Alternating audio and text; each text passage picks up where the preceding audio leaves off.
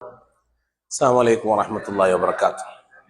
എൻ്റെ പ്രിയപ്പെട്ട നല്ലവരായ സുഹൃത്തുക്കളോട്, സ്നേഹിതന്മാരോട്, എൻ്റെ ശബ്ദം കേൾക്കുന്ന മുഴുവൻ നല്ലവരായ മുഅ്മിനുകളോടും മുഅ്മിനാത്തുകളോടും പ്രത്യേകമായി ഒരു അഭ്യർത്ഥന നടത്താൻ വേണ്ടിയിട്ടാണ് ഞാൻ ഈ വോയിസ് പരിശുദ്ധമായ മക്കയിൽ നിന്ന് വിടുന്നത്. ലക്ഷങ്ങൾ ചെലവഴിച്ച് പലരും മക്കള് ഉമ്മമാരെയും വാപ്പമാരെയും കുടുംബക്കാരെയും ഭാര്യമാരെയും ഒക്കെ പരിശുദ്ധമായ മക്കയിലേക്ക് ഹജ്ജിന് വേണ്ടി പറഞ്ഞയക്കുന്നു. ഹജ്ജ് എന്ന മഹത്തായ കർമ്മം വളരെയേറെ ത്യാഗം ചെയ്യേണ്ടതും പ്രയത്നിക്കേണ്ടതുമായ ഒരു പ്രവൃത്തിയാണ്. വളരെയേറെ സഹതാപത്തോടെ വിഷമത്തോടെയാണ് ഈ വീഡിയോ ചെയ്യുന്നത് തന്നെ. പലരും പണമുണ്ട്, ആ പണത്തിന്റെ പവർ കൊണ്ട്, അല്ലെങ്കിൽ ആ പണം ചെലവഴിച്ച് ഉമ്മ ഹജ്ജിന് പോയിക്കോട്ടെ, പാപ്പ ഹജ്ജിന് പോയിക്കോട്ടെ എന്ന് പറഞ്ഞ് ഹജ്ജിന് അയക്കുന്നു. ആ ഉമ്മാനെയും വാപ്പാനെയും സ്നേഹിക്കുന്ന മക്കളാണ് എങ്കിൽ അവരെ കൂടെ വന്ന് നടക്കാൻ കഴിയാത്ത പ്രായമായ ഉമ്മമാരാണെങ്കിലും വാപ്പമാരാണെങ്കിലും അവരെ വീൽ ചെയറിൽ സ്വയം തള്ളി കൊണ്ടുപോയി ഹജ്ജ് ചെയ്യിപ്പിക്കണം നിങ്ങൾ. കാരണം വലിയ പ്രയാസവും ബുദ്ധിമുട്ടുള്ള ഒരു പ്രവൃത്തിയാണ്. ഞങ്ങൾക്ക് ലോകത്തിന്റെ പല ഭാഗങ്ങളിൽ നിന്ന്, എല്ലാ ഏതെല്ലാം രാജ്യത്തു നിന്ന് ഹജ്ജിന് വന്നവരുണ്ട്, അവരുടെ കുടുംബങ്ങള്, മലയാളികളും അല്ലാത്തവരൊക്കെ ആളുകൾ ഫോൺ ചെയ്ത് പറയും, എൻ്റെ വാപ്പ നടക്കാൻ കഴിയാതെ ഇന്ന ഭാഗത്തുണ്ട്.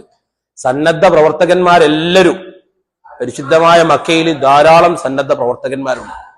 KMCC-ക്കാർ, ICF-RSC, തനിമ, വിക്കായ, നവോദയ, OICC, അങ്ങനെ തുടങ്ങി പലരും എല്ലാവരും ഹാജിമാരെ സേവിക്കുന്നതിൽ മത്സരിക്കുന്നവരാണ്.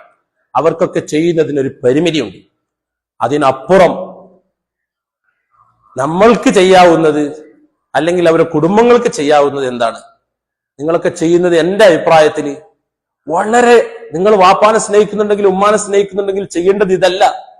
ഹജ്ജ് എന്നത് വലിയ പ്രയാസമുള്ള, അല്ലെങ്കിൽ ചെയ്യണം, നടക്കണം, ഏതൊരാൾക്കും നടക്കുക എന്നുള്ളത്, ചുരുങ്ങിയതൊരു ഹജ്ജ് കഴിയുമ്പോ ഒരാള് ഏതൊരു ഹാജ്യം 10-20 കിലോമീറ്റർ മിനിമം, 20 കേട്ടോ, ഈ മിനിമം നടന്നിരിക്കും. ഇത്രയും നടന്ന് ഭാരിച്ച് കഷ്ടിച്ച് അധ്വാനിച്ച് ചെയ്യേണ്ട ഒരു പ്രവൃത്തിയാണ്. ആ പ്രവൃത്തിക്ക് നിങ്ങളൊക്കെ, എന്നിട്ട് വാപ്പ മിസ്സായാലും അല്ലെങ്കിൽ വാപ്പ ഹോസ്പിറ്റലിലായാലും അവർ ഇന്നലെ കുടിച്ചിരുന്ന ഗുളിക എന്താണ്, അവരല്ലെങ്കിൽ നിരന്തരം കുടിച്ചുകൊണ്ടിരിക്കുന്ന മരുന്ന് ഏതാണ് എന്ന് പോലും അവർക്ക് തന്നെ സ്വയം അറിയാത്ത എത്ര ആളുകളുണ്ട്. നിങ്ങളിത് ചെയ്യുന്നത് വളരെ, എന്താ പറയാ, എനിക്ക് പറയാൻ വാക്കുകളില്ല.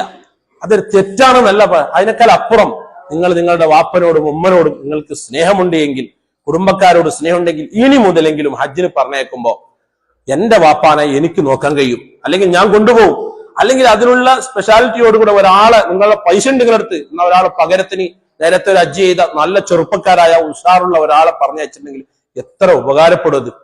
ഇന്ന് ഞങ്ങൾ പരിശുദ്ധമായ മക്കയിൽ നല്ല ചൂടാണ്. ഇപ്രാവശ്യം വോളണ്ടിയർമാർക്കൊക്കെ പ്രത്യേക നിയന്ത്രണമുണ്ട്. എല്ലാ സന്നദ്ധ സംഘടനകളിൽ നിന്നായിട്ട് വളരെ തുച്ഛമായ വോളണ്ടിയർമാരാണ് മിനയിലും മുസ്ദലിഫയിലും അറഫയിലും അറം പരിസരങ്ങളിലൊക്കെ സേവനം ചെയ്തതും ചെയ്തുകൊണ്ടിരിക്കുന്നതും. അപ്പോ അവരുടെ ഇടയിലൊക്കെ നമുക്കൊക്കെ ഈ ഹാജിമാർക്ക് ചെയ്യാൻ, എത്ര മലയാളികൾ ഏറ്റവും കൂടുതൽ സംഖ്യ ഹജ്ജിന് വന്ന വർഷം കൂടിയാണ്. ഇനി അടുത്ത വർഷമൊക്കെ ഹജ്ജിന് അയക്കുമ്പോൾ കുടുംബക്കാർ ആദ്യം ചിന്തിക്കുക, വാപ്പാക്ക് നടക്കാൻ കഴിയോ, നടക്കാൻ കഴിയില്ലെങ്കിൽ വാപ്പാക്ക് കൂട്ടിന് ആര് ഒരു ഉഷാറുള്ള ആള് എന്ന് തെരഞ്ഞു പിടിച്ചിട്ടായിരിക്കണം നിങ്ങൾ ഹജ്ജിന് പറഞ്ഞേക്കേണ്ടത്. ഹജ്ജിനും ഉംറക്കും പറഞ്ഞേക്കുന്ന പണം ഉണ്ടായത് കൊണ്ട് സക്കാത്ത് കൊടുക്കാം, കുറച്ച് ആഫിയത്തും ആരോഗ്യം ഉണ്ടായാലും അവർക്ക് നിസ്കരിക്കാം, നടക്കാം, മറ്റുള്ള കർമ്മങ്ങളൊക്കെ ചെയ്യാം. അതേപോലെ ക്ഷമ ഉണ്ടായാൽ കുറച്ച് വിശന്നിരുന്നിട്ട് നോമ്പൊൽക്കാം. ഹജ്ജ് അങ്ങനെയല്ല. ഹജ്ജും ഉംറയും ഇതിനെല്ലാം വേണം, ആവശ്യമുണ്ട്. അതുകൊണ്ട് വളരെ സ്നേഹത്തോടെ മുഴുവൻ ജനങ്ങളോട്, എന്റെ ശബ്ദം കേൾക്കുന്ന ആളുകളോട് എനിക്ക് പറയാനുള്ളത്, നിങ്ങൾ ആരും നിങ്ങളെ പാപ്പാനെയോ ഉമ്മാനെയോ ഇങ്ങനെ പറഞ്ഞു വിടണ്ട. നിങ്ങൾ ഇതിനൊരു നിയന്ത്രണം വേണം. അല്ലെങ്കിൽ നിങ്ങൾ ഇതിന്റെ പിന്നിൽ നിങ്ങൾക്ക് പ്രവർത്തിക്കാൻ കഴിയുന്നെങ്കിൽ, എന്റെ അടുത്ത് പൈസ ഉണ്ട്, എന്റെ പൈസ കൊടുത്തിട്ട് ആ ഉമ്മ അജ്ജന് പോയത്, വാപ്പ അജ്ജന് പോയി, ആ ഉമ്മയും വാപ്പയും കഷ്ടപ്പെട്ട കഷ്ടപ്പാടുകൾ എത്രയെന്ന് നിനക്ക് അറിയില്ല. എത്ര നടന്നിട്ടുണ്ടാകും. ഞങ്ങൾക്കൊക്കെ ഇന്നലെ വഴിയോരങ്ങളിൽ ഇരിക്കുന്ന ഉമ്മാര് 5 കിലോമീറ്റർ നടന്ന്, 6 കിലോമീറ്റർ നടന്ന്. അപ്പൊ ചോദിക്കും, സന്നദ്ധ സംഘടനകളിലെ എല്ലാരും വിളിച്ചു നോക്കിയാൽ മതി, ഏതെങ്കിലും ഒരു സംഘടന നമുക്ക് വേണ്ടി സഹായിക്കും. സംഘടനകാരൊക്കെ എല്ലാ സംഘടനകളും സഹായിക്കും. അതിനൊക്കെ ഒരു പരിമിതിയുണ്ട്, ഒരു പരിധിയുണ്ട്. അതുകൊണ്ട് സ്നേഹത്തോടെ പറയുന്നു, ഇതെല്ലാവരും കേൾക്കുക. ഇത് കേട്ടിട്ട് ഇനി അടുത്ത വർഷം ഹജ്ജിനയക്കുമ്പോൾ ഇതൊക്കെ ശ്രദ്ധിക്കുക. അള്ളാഹു എല്ലാവർക്കും ഖൈറും ബർക്കത്തും പ്രദാനം ചെയ്യട്ടെ. ഇതൊരു മൈനസ് ആയിട്ടിട്ട ഒരു വോയിസ് അല്ല, വളരെ പോസിറ്റീവായി എടുക്കേണ്ട ഒരു വോയിസ് ആണ് എന്നതുകൊണ്ടാണ്, എന്നേ പറയണമെന്ന് കരുതിയതാണ്. അതുകൊണ്ട് വളരെ വിഷമത്തോടെയാണ് ഇത് പറയുന്നത്. അള്ളാഹു എല്ലാവർക്കും ഖൈറും ബർക്കത്തും പ്രദാനം ചെയ്യട്ടെ. മഖ്ബൂലും മബ്റൂറുമായ ഹജ്ജ് ചെയ്യാൻ നമുക്ക് എല്ലാവർക്കും തൗഫീഖ് നൽകട്ടെ. വന്ന് ഇക്കൊല്ലം ഹജ്ജിന് വന്നവർ ഹജ്ജെല്ലാം കഴിഞ്ഞ് സാലിമീന ഗാനിമീന ഫരീഹീന എന്ന നിലക്ക് നാട്ടിലേക്ക് മടങ്ങാൻ അള്ളാഹു അവർക്ക് എല്ലാവർക്കും തൗഫീഖ് നൽകുമാറാകട്ടെ. അസ്സലാമു അലൈക്കും വറഹ്മത്തുള്ളാഹി വബറകാതുഹു.